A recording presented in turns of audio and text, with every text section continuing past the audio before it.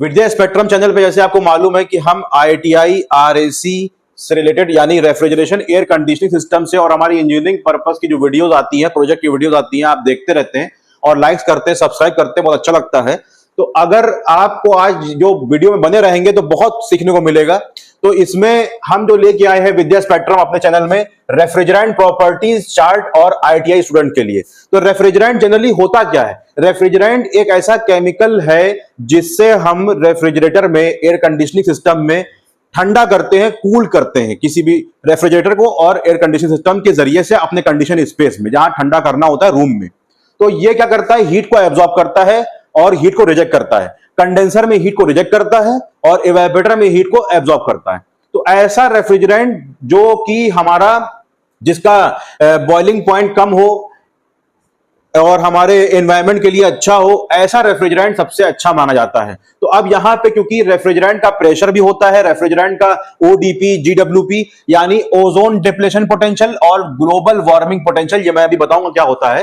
तो अभी आप ये देखिए, प्रेशर, बॉइलिंग पॉइंट और chemical formula ODP plus GWP, ये पूरे हर एक रेफ्रिजरेंट का होगा। अब ये रेफ्रिजरेंट जैसे कि मैंने बताया कि केमिकल है और जो कि रेफ्रिजरेटर में या एयर कंडीशनिंग सिस्टम में यूज होता है ठंडा करने के लिए, हीट एब्जॉर्ब करने के लिए या हीट रिजेक्ट करने के लिए कंडेंसर साइकिल में।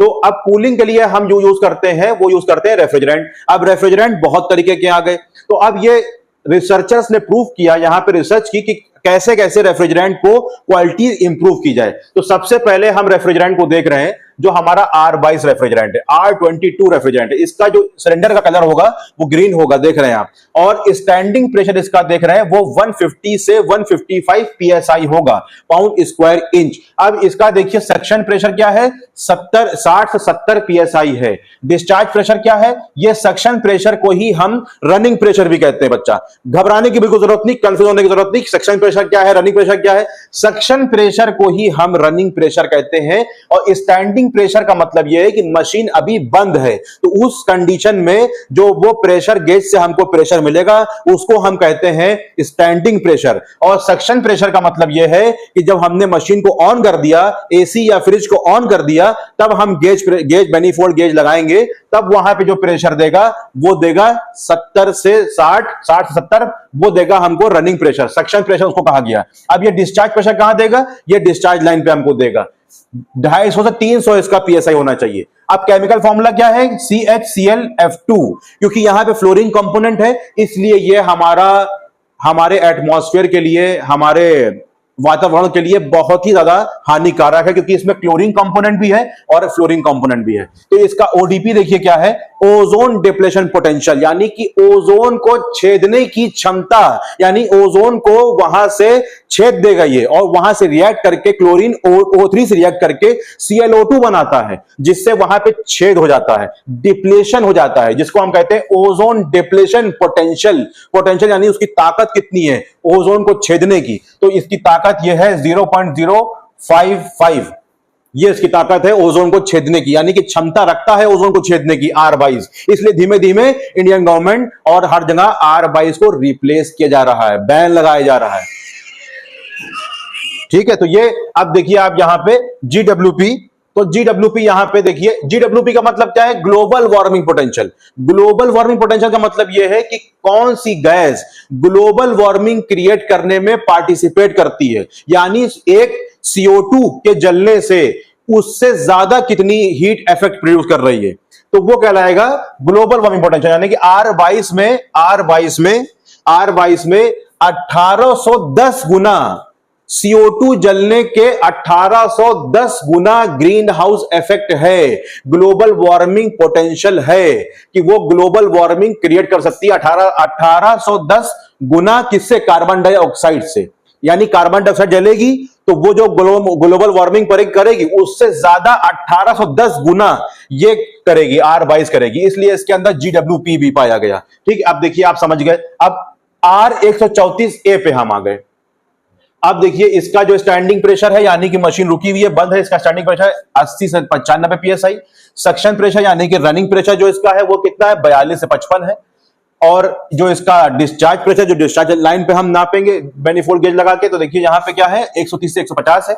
इसका केमिकल फॉर्मूला देखिए C2H2F4। ठीक है, अब इसका ओडीपी देखिए 0 है, यानी ये गैस कभी भी ओजोन को नुकसान नहीं पहुंचाएगी। लेकिन जीडब्ल्यूपी इसका कितना है 1430, यानी कि कार्बन डाइऑक्साइड से 1430 गुना ज्यादा ग्लोबल वार्मिंग पोटेंशियल बढ़ाएगी ये गैस, अगर ये गैस एटमॉस्फेयर में रिलीज हो गई।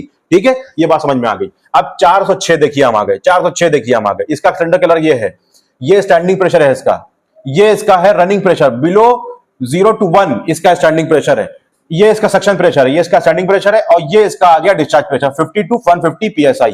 अब ये इसका हो गया केमिकल फॉर्मूला C4H10 आइसोब्यूटेन, इसका केमिकल फॉर्मूला। अब ये नाम इसका आ गया आइसोब्यूटेन, कहीं कहीं आइसोब्यूटेन के नाम से भी जाना जाता है। ओडीपी इसका 0 है, यानी अगर ये गैस रिलीज होगी एटमॉस्फेयर में तो ओडीपी कुछ नहीं होगा, यानी ओजोन को कोई नुकसान नहीं पहुंचाएगी।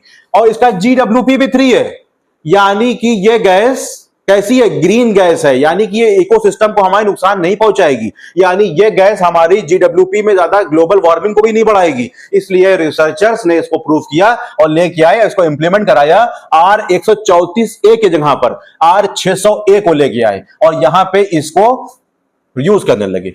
अब देखिए आगे आ गया R32, जो आजकल हमारे एयर कंडीशनिंग में आज यूज हो रहा है और हाई प्रेशर गैस है। देखिए ये इसका कलर है सिलेंडर का, ये इसका स्टैंडिंग प्रेशर है 240 से 245 psi, ये इसका रनिंग प्रेशर है यानी कि सक्शन प्रेशर है, ये इसका डिस्चार्ज प्रेशर है, ये इसका जो है देखिए केमिकल फॉर्मूला हो गया।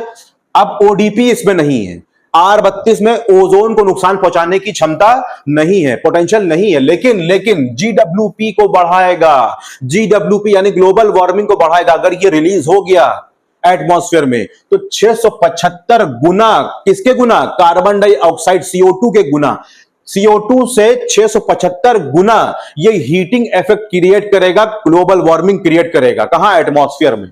अब देखिए 290 आ गया मेरे पास, 290 का कलर ये हो गया, स्टैंडिंग प्रेशर ये है, सक्शन प्रेशर ये है, डिस्चार्ज प्रेशर ये है, प्रोपेन इसको कहते हैं, C3H8 इसका केमिकल फॉर्मूला है। बहुत पूछा जाता है एग्जाम में ITI के, ये केमिकल फॉर्मूला क्या है। अब इसका ओडीपी 0 है और इसके बराबर इसका जीडब्ल्यूपी है। तो देखिए इसमें अब आप देखिए 407C आ गया, 407C जैसी आया तो अब ये 407C हमारा R22 की रिप्लेसमेंट में आया है। अब ये आगे मैं बताऊंगा कि C क्या है, A क्या है, स्मॉल a क्या है, R क्या है, सब आप वीडियो में बने रहिए। और ये हो गया इसका स्टैंडिंग प्रेशर, ये हो गया इसका रनिंग प्रेशर यानी कि सक्शन प्रेशर, ये हो गया इसका डिस्चार्ज प्रेशर। देख रहे हैं आप ये, और ये ब्लेंड है, किसका ब्लेंड है, ये ब्लेंड किसका है भाई, ये ब्लेंड है R125 का, R134 का। तो अब यहां पे ये देखिए 0 इसका ओडीपी है, इसका जीडब्ल्यूपी ज्यादा है, जीडब्ल्यूपी यानी ग्लोबल वार्मिंग को नुकसान करेगा, यानी ग्रीन हाउस इफेक्ट क्रिएट करेगा ये 1774। अब 404A आ गए तो देखिए ये इसका स्टैंडिंग प्रेशर हो गया, ये इसका रनिंग प्रेशर है, ये इसका स्टैंडिंग प्रेशर हो गया। ये मेरा इतनी गैसों से ब्लेंडिंग है, क्यों, कौन सी गैस ब्लेंडिंग है इसमें, R404A में देखिए 125 का ब्लेंड है, 143 का ब्लेंड है, 134A का भी ब्लेंड है, यानी 3 गैसेस से ये मिलके बना है। और इसका ओडीपी जो है वो 0 है, यानी कि ओजोन को नुकसान नहीं पहुंचाएगा। लेकिन 3922 यानी इस एक CO2 से 3922 गुना ज्यादा ये ग्रीन हाउस इफेक्ट क्रिएट करेगा। कौन, R404A। अब देखिए 410 आ गए, सबसे ज्यादा एयर कंडीशनिंग सिस्टम में R410A यूज हो रहा है आजकल। और देखिए 410 से क्या है, इसका ये बोतल का कलर है, सिलेंडर का कलर है, ये इसका स्टैंडिंग प्रेशर हो गया, ये इसका रनिंग प्रेशर है 120 से 130 psi, ये इसका हो गया डिस्चार्ज प्रेशर। ये देखिए ब्लेंडिंग है, इसका R32 का ब्लेंडिंग है, ये 32 लिखा हुआ है, R32 का ब्लेंडिंग है और R125 का ब्लेंडिंग है ये। ठीक है, ओडीपी इसका 0 है, लेकिन जीडब्ल्यूपी देखिए कितना ज्यादा है, 2088 इसका जीडब्ल्यूपी है। ठीक है, R417A में देखिए ये इसका हो गया स्टैंडिंग प्रेशर, ये उसका रनिंग प्रेशर, ये डिस्चार्ज प्रेशर, और ये हमारा आ गया ब्लेंडिंग, और ये हमारा ओडीपी 0 है और जीडब्ल्यूपी देखिए 4346 इसका है। अब ओडीपी क्या है, ODP ozone depletion potential, ozone depletion potential measures the ability of a substance to destroy the ozone layer. जैसे मैंने बताया, एग्जांपल क्या है, R22 का एग्जांपल देखिए क्या है, ओडीपी कितना है इसका 0.055। इसका मतलब क्या है? Has a small potential to deplete the ozone layer, यानी R22 के अंदर बहुत कम क्षमता है जो ओजोन लेयर को छेद दे, इसलिए इसको धीमे धीमे रिप्लेस किया जा रहा है और बहुत हद तक इसको बैंड कर दिया गया है। R134A R32 ODP 0 है, means no harm to ozone layer, यानी कोई भी हार्मफुल नहीं है। किसके लिए? ओजोन लेयर के लिए, R32 और R134A। अब हम आ गए GWP पे। अब GWP देखिए क्या है? Global warming potential. Global warming potential measures how much a substance contribute to global warming, यानी कौन सा रेफ्रिजरेंट कितना ग्लोबल वार्मिंग क्रिएट कर रहा है। यानी R290 R600 ये क्या है? इसका 3 ग्लोबल वार्मिंग है, यानी वेरी लो, बहुत कम इसका ग्लोबल वार्मिंग है। एग्जाम्पल 404A का देखिए, ग्लोबल वार्मिंग कितना है? 3922, यानी बहुत ज्यादा ग्लोबल वार्मिंग है इसका, ये बढ़ा सकता है। तो ये हो गया GWP global warming potential, ODP हो गया ओजोन डिप्लेशन पोटेंशियल। ओके, तो देखिए जैसे कि अभी आपको मैंने बताया पूरे रेफ्रिजरेंट के बारे में बताया।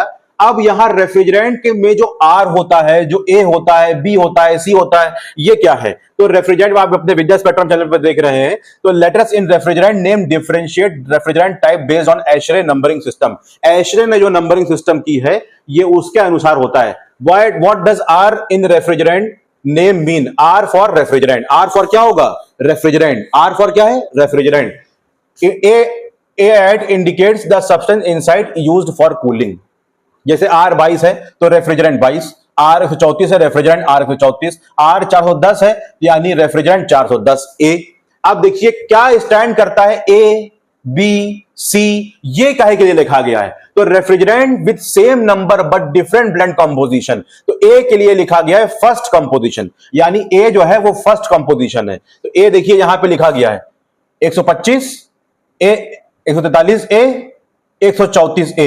तो ये हमारा फर्स्ट ब्लेंड कंपोजिशन है, यानी कि 3 गैसेस का मिक्सचर है, तो इसको फर्स्ट ब्लेंड मिक्सचर कहा गया है। इन तीनों गैसेस के मिक्सचर को फर्स्ट ब्लेंड मिक्सचर कहा गया, इसलिए नाम इसका पड़ा A, यानी R404A।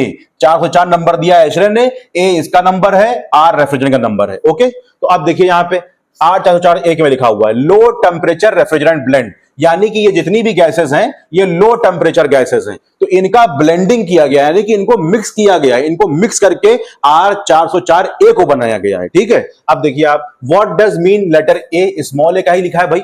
स्मॉल ए का मतलब क्या है? कैपिटल ए लिखा होता है रेफ्रिजरेंट में, कहीं कहीं स्मॉल ए लिखा होता है, क्यों भाई? तो स्मॉल ए क्या मतलब है? स्मॉल ए ऐसे लिखा हुआ R406A। ए का मतलब है ब्लेंडिंग का मतलब नहीं है, ए का मतलब है आइसोमर। आइसोमर एक केमिस्ट्री का पोर्शन है, जैसे आपने पढ़ा है आइसोमेरिज्म, तो वहां से रिलेटेड है ये आइसोमर, यानी कि एक लॉन्ग चेन होती है, एक होती है ब्रांच चेन ऑफ कार्बन, तो वहां पे हम जो ब्रांच चेन होती है उसको बोलते हैं आइसोमर। तो अब यहां पे जो 600 है ये हमारा एशरे ने दिया है, और जो इसका केमिकल फॉर्मूला है ये सिंपल देखिए लिखा हुआ है R600, इसको कहेंगे ब्यूटेन, हाइड्रोकार्बन।